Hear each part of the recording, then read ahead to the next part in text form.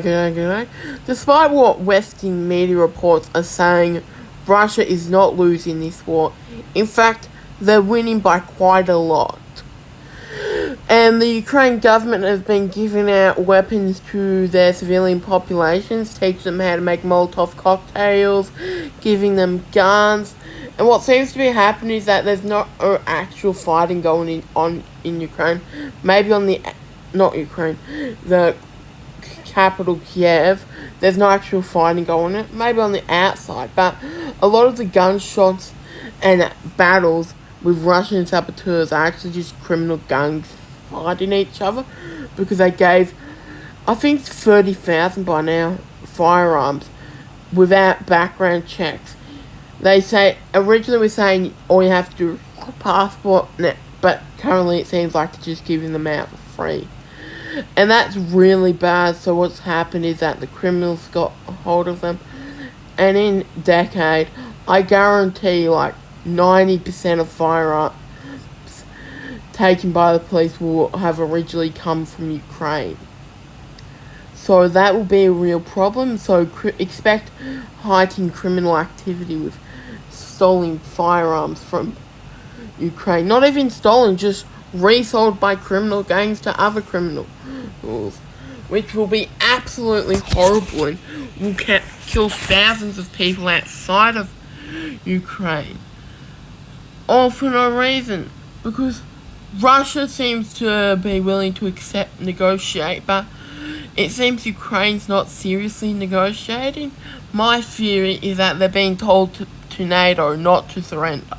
Because what I think's going on is that NATO's using this kind of like what they did with the Mujahideen, but instead of Islamic terrorists, it's neo-Nazis. Because there seems to be a lot of neo-Nazis. Right now, most of them are under siege in Marib, that's in Yemen, but Mariupol or whatever, which is on the Azov Sea. It's the last Ukrainian possession on the Azov Sea. Azov battalion's right there. And they've stated they're fighting to the death, which will be absolutely horrible. Doesn't seem they're treating civilians well. And there seems to be very little reporting coming from places where fighting's actually going on in the Russian side of the contact line. I've only been able to find one English language journalist there. It's Patrick Lancaster.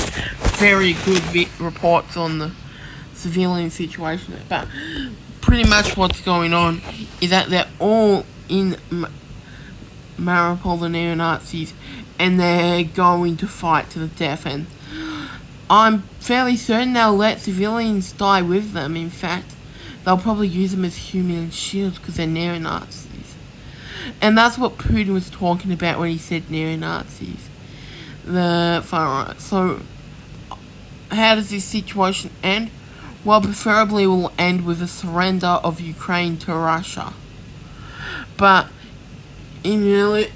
and there's the Donetsk and Lugansk Republic will get their full claim territory, and then there'll be a separate Ukraine with a Russian puppet government. Although another option is that in the west of Ukraine, there is a separate Kharkiv region, or that's given to Poland, and I predict if that happens, it'll basically become a neo-Nazi government in Europe.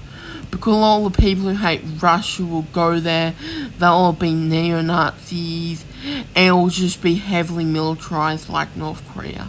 So that's currently my view on the situation in Ukraine after 1 week. And Russia is going to win. They've made up heaps of ground. They're encircling Ukrainian troops. So yeah, that is all. I forgot to mention this before, but I'd also like to edit it into the video. But I'd also like to note that civilians seem to be hiding in basements under the Soviet buildings, because I presume the Soviets were designing their buildings for World War III, and that's why they put bomb shelters in the bottom of them. So yeah, that is all.